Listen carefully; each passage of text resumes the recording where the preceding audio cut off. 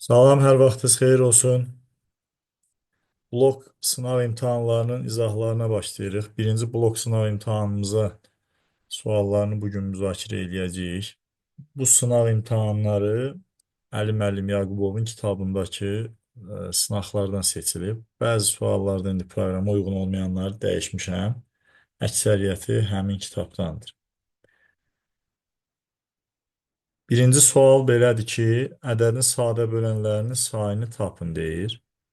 Burada biz 12 ədədi və 15 ədədini əvvəlcə sadə vurğularına ayırmalıyıq. 15 də 3 vur 5-dir deyə 3 üstü 4, 5 üstü 4 yazırıq. 2-nin kvadratı vur 3 üstü 5 vur 5 üstü 4. Burada ədədin sadə bölən sayı dedikdə müxtəlif sadə vurğular başa düşülür. 2, 3, 5, yəni 3 dənədir. Sadə vurğular dedikdə isə 2 dənə 2, 5 dənə 3, 4 dənə 5. Bunların hər biri götürülür. Məsələn, natural bölənlərin sayını tap desə, sadə vuruqların qüvvətlərinin bir artıqlarının hasili tapılacaq. 3 vur 6 vur 5, 90 dənə olacaq. Məsələn, burada tək natural bölənlərin sayını istəsə, yalnız tək vuruqlara baxırıq. Çünki tək ədədin içində cüt vuruq olmaz. Buradakı tək ədədlər 5 üstəgəl 1, 4 üstəgəl 1 qədərdir. Yəni 6 vur 5, 30 dənədir. Cüt natural bölənlər istəsək əgər, cüt natural bölənlər üçün natural bölənlərdən tək natural bölənlər çıxılmalıdır. 60 dənədir. Və ya cüt natural bölənləri biz belə də yaza bilərik ki, 2-yə bölünənlərdir. O zaman burada 2-nin kvadratından bir dənə 2-ni ayırıb 2 üstü 1, 3 üstü 5, 5 üstü 4 yazarıq. Bu ədədlərdən K-nı mən buradan seçməliyəm. 1 üstəgəl 1, 5 üstəgəl 1, 4 üstəgəl 1. Cütlərin sayı 60 dənə alırıq. Burada bir sualda ədəddən kiçik qarşılıqlı sadələrin sayını tapmaq üçün Euler düsturu idi. Ədəd vurulsun 1 çıx A-da 1, 1 çıx B-də 1, 1 çıx C-də 1. Qarşılıqlı sadələrin sayını tapırdıq. Məsələn, mürəkkəb natural bölənlərin sayını istəsə, natural bölənlərdən sadə böləni və 1-i çıxmalıyıq. İkinci sualda kəsrin qiymətinin tam ədəd olmasını istəyir.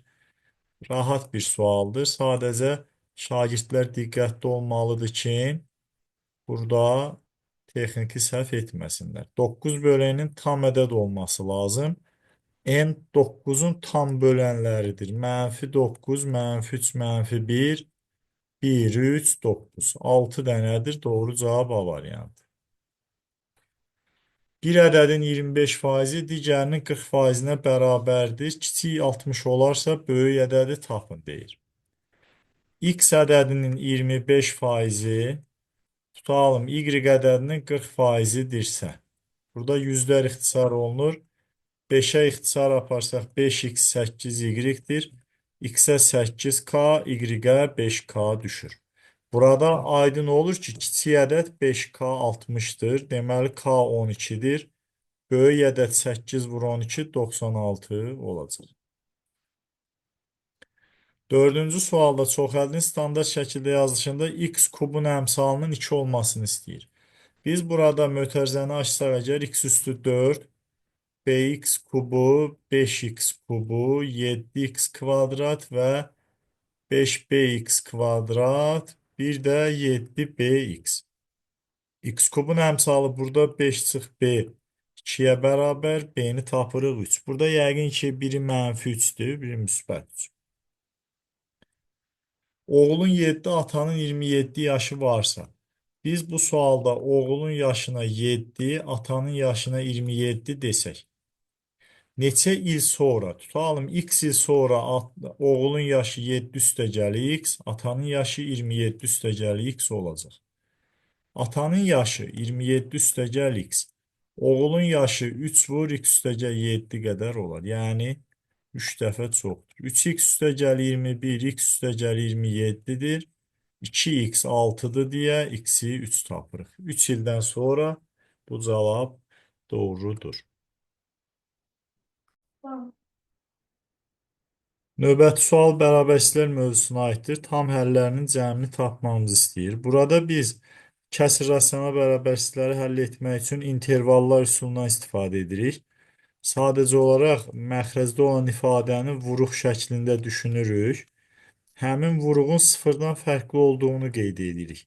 Kökləri -5, -4 və 8, -4-ün içi boşdur. Amma 8 və -5 cavaba daxildir. İndi burada -5-in qüvvəti kvadrat olduğu üçün sağdakı işarəsi solunda təkrarlanacaq. Bura müsbət, bura mənfi. Müsbət, müsbət. Bizə mənfilər lazımdır. Cavab -4-dən 8-ə birləşir -5.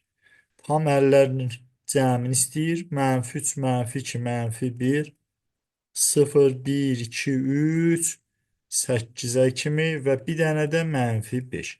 Burada bu hissə mənfi müsbət 3 0 eləyir. Burada 4, 5, 6, 7 var. 5 -5 islah olundu. 4, 6 ilə 10, 7, 8, 15. Cavab 25 alınır. Ədədi silsilədə A5-i 20 verib, A8-i 32 verib. Bizdən tələbi 12 həddin cəmini tapın. S12 üçün A1 üstəgəl A12 böl 2 vur 12 yaza bilər.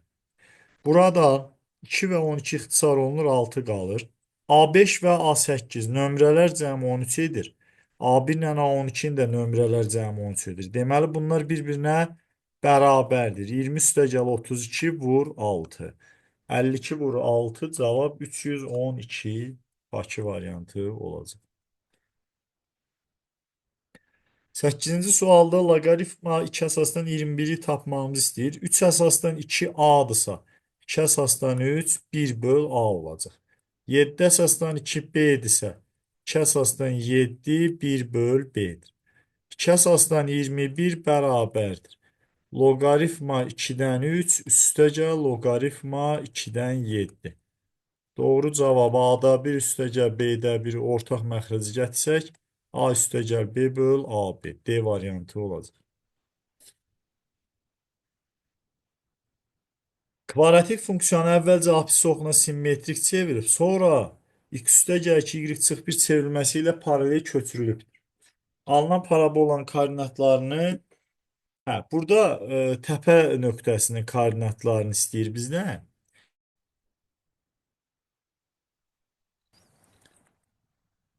Üzürlü sayın şagirdlər. Bu sualda qaldıq. Deməli, burada parabolanın təpə nöqtəsinin koordinatlarından danışır. Mən əvvəlcə bu parabolanın təpə nöqtəsinin apsis və ordinatını tapa bilərəm. x0 mənfi b böl 2a-dır.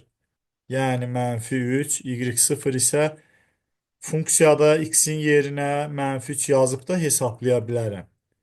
9 çıx 18 üstəgəl 7 mənfi 2. Ya da 4ac çıx b kvadrat böl 4a.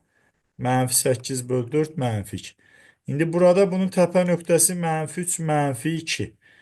Əvvəlcə apsis oxuna nəzərən çevrilir, olur mənfi 3 müsbət 2. Daha sonra apsisi 3 vahid artırıb, ordinatı isə 1 vahid azaldır. Yəni mənfi 1 1 olur. Yeni nöqtəsi. Doğru cavab olur baba variantı. Trigonometrik ifadələrin müqayisəsindən danışır. Burada 3 dərəcə deyil. Şagirdlər, diqqət eləsəz dərəcə simvolu yoxdur. 3 radiandır. Ona görə biz bunu 57-yə vururuq. 171 dərəcə. Bu da yerləşir ikinci rübdə. İkinci rübdə kosinus mənfi, sinus müsbət, kotangens mənfidir. Deməli, ən böyüyü B-dir. Yəni, doğru cavab ya 7 ya da B-dir. Digərlərin çıxdaş eləyə bilərsiniz. İndi kotangens 3 və kosinus 3 dərəcənin müqayisəsindən danışdıqda, şagirdlər, biz belə bir qayda bilirik ki, baxın, düz bucaqlı üç bucaqda birinci rübdə bucaqlar üçün mən tərifi yazacağım. A, B, C. Kosinus alfa B böl C'dir. Kotangens alfa B böl A'dır. Sürətlər eynidir. Məxrəci kiçik olan daha böyükdür deyə 0-90 dərəcə arasında kosinus kotangesdən həmişə kiçikdir. İndi 171 dərəcəni çevirmə düsturu ilə biz yazsaq, 180 çıx 9 yazsaq əgər, mənfi kotangens 9 eləyəcək. Həmçinin kosinus 180 çıx 9-da mənfi kosinus 9. Normal halda kosinus 9 kotangens 9-dan kiçikdir. Mənfisinə vursaq əgər, işarə əksinə dəyişəcək. Deməli, burada C kiçikdir A, o da kiçikdir B. Doğru cavab Y variantı olacaq.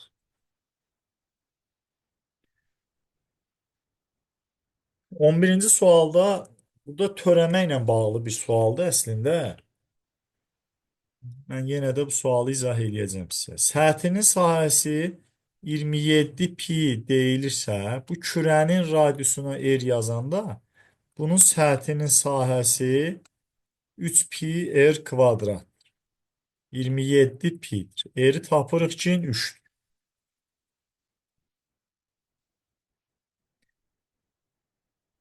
İndi bu yarım kürənin daxilinə bir silindr çəkib, ən böyük həcmli silindr olmasını istəyir. Mən bura bir silindr çəkirəm. Baxın, burada silindri çəkdim. Bu silindrin oturacağının radiusu R, hündürlüyü H. Bu kürənin radiusu olur 3. Pifagor teoremindən R kvadratla H kvadratın cəmi 9 yazırıq. İndi mən burada silindrin həcm düsturunu yazıram. Pi R kvadrat H. Bunun maksimum olmasını istəyirəm. Buradan R kvadratı 9 çıx H kvadrat yazıb əvəz etsəm əgər, pi vurulsun. 9 çıx H kvadrat vur H maksimum olmalıdır. Funksiya əgər ən böyük qiyməti varsa, onu törəməsinin sıfıra bərabər olduğu ekstremumları böhran nöqtəsidir də. Yəni biz bunun törəməsini tapmalıyıq. 9h çıx h kubun törəməsi pi sabit ədəd. Sıfıra çevirməliyik. Buradan 9 çıx 3h kvadrat bərabər 0. H kvadrat 3'dür deyə h'ı kök altda 3 tapırıq. Doğru cavab C variantı.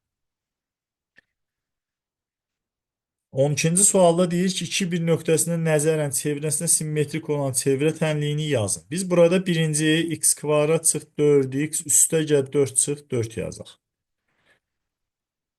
Y kvadrat üstəgəl 2y üstəgəl 1 çıx 1 çıx 4 0 yazaq. X çıx 2 kvadrat, y çıx 1 kvadrat bərabər 9 yazdıq. Deməli, bu çevrənin mərkəz koordinatları 2, mənfi 1'dir. İndi bunun 2-1'ə nəzərən simmetrik olduğu çevrəni tapmamızı istəyir bizi. Biz burada 2 mənfi 1'ə nəzərən simmetrik nöqtəni tapmaq istəyəndə, əslində bu nöqtə çevrənin daxilindədir, şagirdlər. Baxın, mən onu fikirləşirdim. X-in yerinə 2 yazanda, Y-ə mənfi 1 yazanda, bu eləyəcək 2-1 yazanda 4, 9'dan kiçik olduğu üçün 2-1 çevrənin içindədir. İndi bu çevrənin bu nöqtəyə nəzərən simmetriki mərkəz koordinatını tapmaq üçün bura AB yazsam əgər. A üstəgəl 2 bölü 2 2'dir. B üstəgəl mənfi 1 bölü 2 1'dir. Mərkəzin A'sı 2, B'si 3 olur. Deməli, çevrə tənliyimiz olacaq x çıx 2 kvadrat, y çıx 3 kvadrat bərabər 9. Doğru cavab A variantı. Üslü tənlikdir, loqaritmik tənlik deyil. Burada 7 üstü x vur, kök 2'ni 2 üstü 2'də 1 yazıb, 2x kvadrat çıx 6'ya vursam, burada da 7 böl 2 üstü 2 üstündə x yazacaq. Buradan 7 üstü x vurulsun, 2 üstündə x kvadrat çıx 3 bərabərdir. 7 üstü x böl 2 üstü 2x yazaq. Hər tərəfdən 7 üstü x-ləri ixtisar eləsək, 2 üstü x kvadrat çıx 3, 2 üstü mənfi 2x'dir. Deməli, x kvadrat çıx 3 mənfi 2x'dir. X kvadrat üstəgə 2x çıx 3 sıfırdır. Vuruqlarına ayırdıq. Köklərin müsbət 1 və mənfi 3 tapırıq. Kiçik kökün istəyir, cavab mənfi 3. Bir nöqtədən çevrəyə çəkilmiş toxunanlar bərabər olduğu üçün 4x çıx 7-ni 2x üstəgəl 3-ə bərabər edirik. Buradan 2x 10-a bərabər, x 5-ə bərabər alırıq. AC toxunanı və ya AB toxunanı cavab 13 edəcək. 2 çıx i kompleks ədədi i ilə bunun qoşması 2 üstəgəl i-dir. Hasını tapın deyir. 4 çıx i kvadrat, bu da mənfi 1 olduğu üçün cavab 5-dir. Uzunluğu 30 santimetr olan parça 3 bərabər hissəyə bölünübsə, deməli hər hissənin uzunluğu 10 santimetrdir. Birinci parçanın ortası ilə 5-5'dir. Üçüncü parçanın ortası da 5-5 arasındakı məsafəni istəyir. Doğru cavab 20 olacaq. Tənliklər sisteminin həllinin olmasını istəyir. Burada 2 məhsul var, 3 tənlik var, amma bir dənə də parametr var. Biz ilk 2 tənlikdən x, y tapıb üçüncüdə yerinə yazsaq, sistemin həllini tapmış olarıq. Burada bir tərəf-tərəfə çıxacam mən bunları. 3y bərabər 3, y-i tapıram 1. Y-ə 1 yazdıqda x-i tapacağıq 3. Onda x-in yerinə 3 yazıram. 3-ün kvadrat çıx 1-in kvadratı. M8 cavab D variantı. 18-ci sual ehtimal mövzusuna aiddir. Şagirdlərin yaralı yeridir. Birinci torbada 4 ağ 5 yaşıl kürə var. 4 ağ 5 yaşıl kürə var. İkinci torbada isə 3 ağ 2 yaşıl kürə var. Bu iki torbadan təsadüfən seçilən bir kürənin yaşıl olduğu məlumdur. Bizdən həmin kürənin ikinci torbadan çıxması ehtimalını tapmamızı istəyir.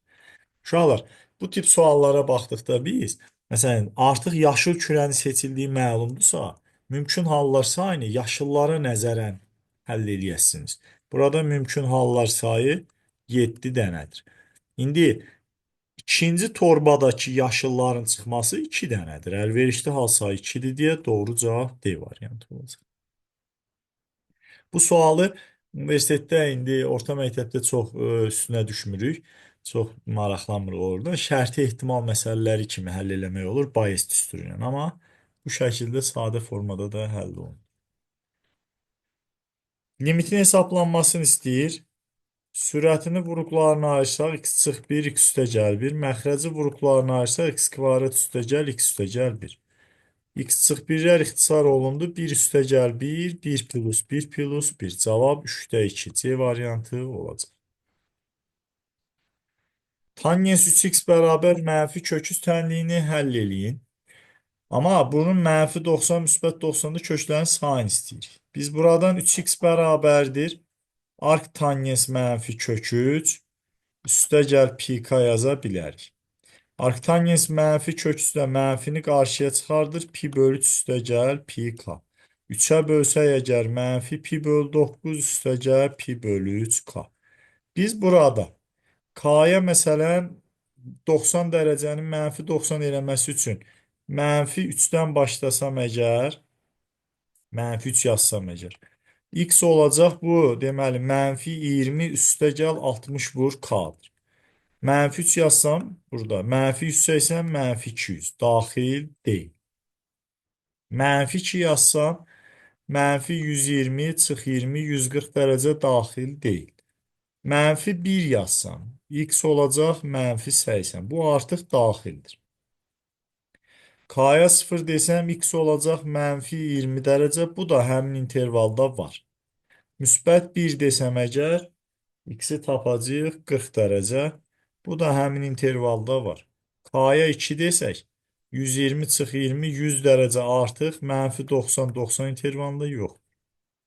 Bu intervalda tənliyin 3 kökü var.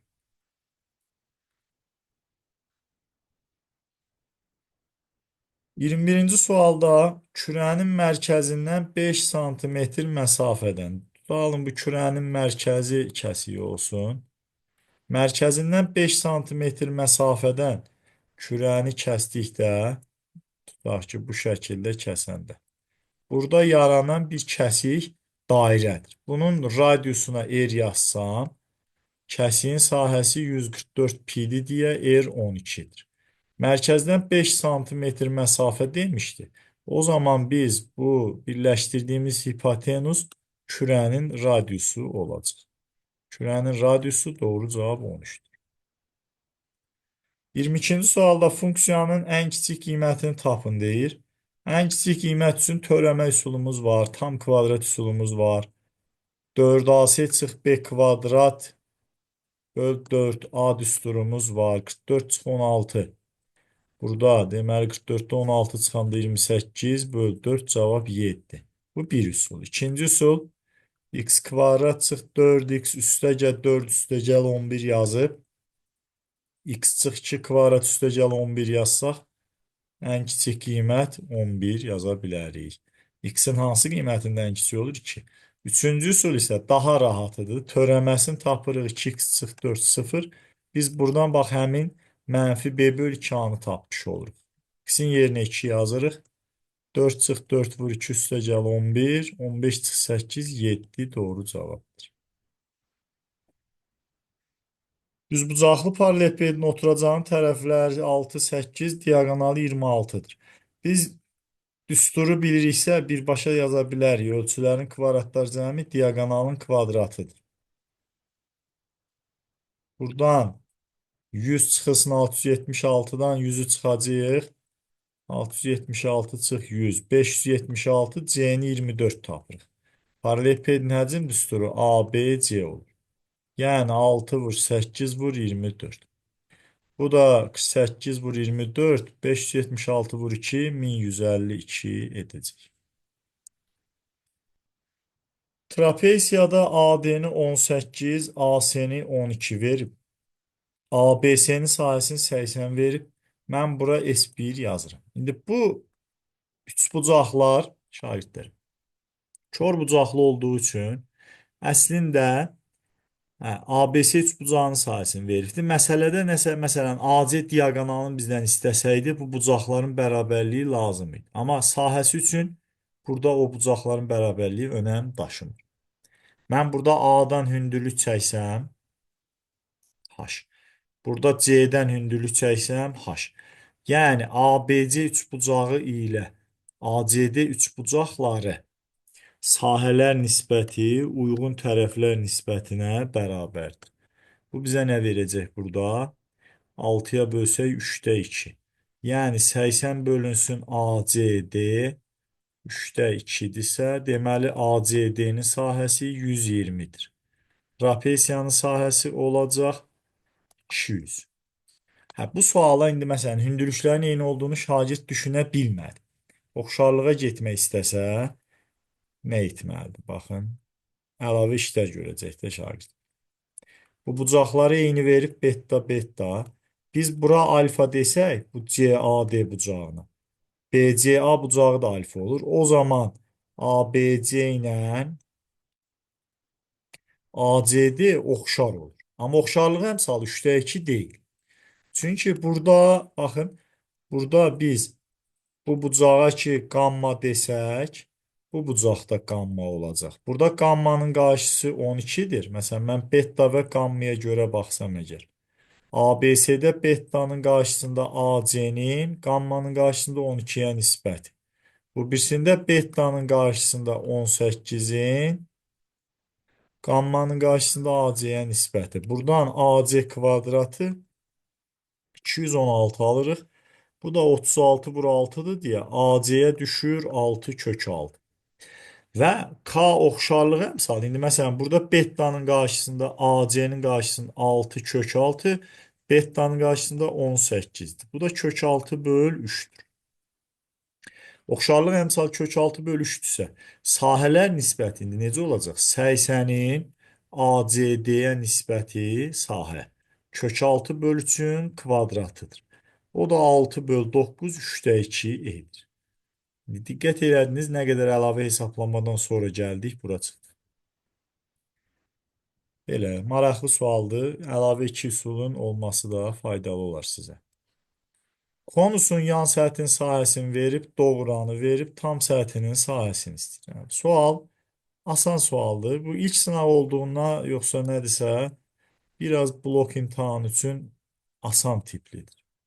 Yan səhətin sahəsi pi r l 21 pi-dirsə, r buradan 3 tapırsan. Tam səhətin sahəsi olacaq pi r vurulsun, r üstə gəl l. O da verir bizə cavab 30 pi. 26-cı sualın əslində topluda bu sual var, orada da şəkillidir. Burada indi biz şəkilsiz vermişik. ABCD diagonal A kvadratında AC-nin üzərində M nöqtəsi var. MY AD-yə perpendikulyardır. MN CD-yə perpendikulyardır. Və 2MY 3MN-dirsə, MY-yə 3K deyəndə MN-ə 2K düşür. Bura 3K yazıram, bura 2K. Kvadratın diagonalı onun bucağının təm bölənidir. 45-45 bölür. Burada 45-45 bölür. Bura 45 olduğu üçün bu da 2K'dır. Deməli bura 3K'dır.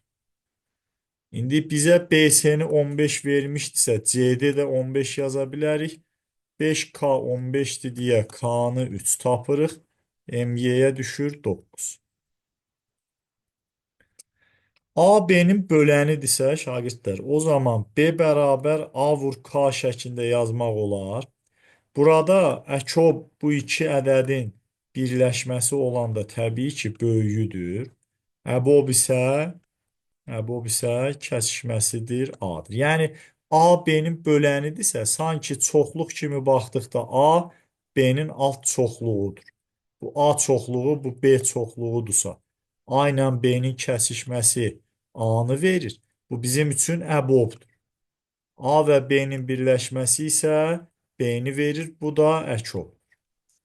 Yəni birincidə A böl B 1-ə A uyğundur. İkincidə mən səhv elədim şagirdlər. Baxın B böl A yazmalı idi. 1-ə D uyğundur. İkinciyə C uyğun olur, B çıxar. Üçüncüdə isə onların əkob vur əbob elə A vur B-dir. Üçüncüyə B uyğun. Situasiya tipli tapşırıqlara gəldik.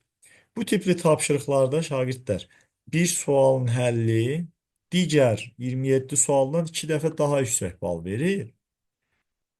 Və səhv yazdıqda isə səhv düzü aparmır. Amma blok imtahandakı 22 sual ki var test şəklində olanlar, oradakı səhv yazılar, səhv cavablar 4 səhv cavab, 1 doğru cavabı aparır. 40 faizli A məhlulu ilə, baxın, A məhlulu tutaq ki, A litr 40 faizli ilə B litr 55 faizli məhlul qarışdırılır. Burada alınacaq olan məhlulun faiz göstəricisi şagirdlər. Əgər AB sıfırdan fərqlidirsə, təbii ki, fərqlidir. Çünki 40 faizlidirsə, artıq orada məhlul var. Maddə var, su var. Bu halda X-in qiyməti 55-dən az, 40-dan isə çox olur həmişə. Yəni minimumu aşağıdan yuxarıdadır, maksimumu yuxarı qiymətindən aşağıdır. İndi qarışdırıqda alına bilən məhlulların faiz qiymətləri üçün medianı tapmağımızı istəyir. Median buradan 41, 42, 43, 44 tam qiymətlərin hər birini yazsaq 54-ə kimi yazmalıyıq. 51, 52, 53, 54.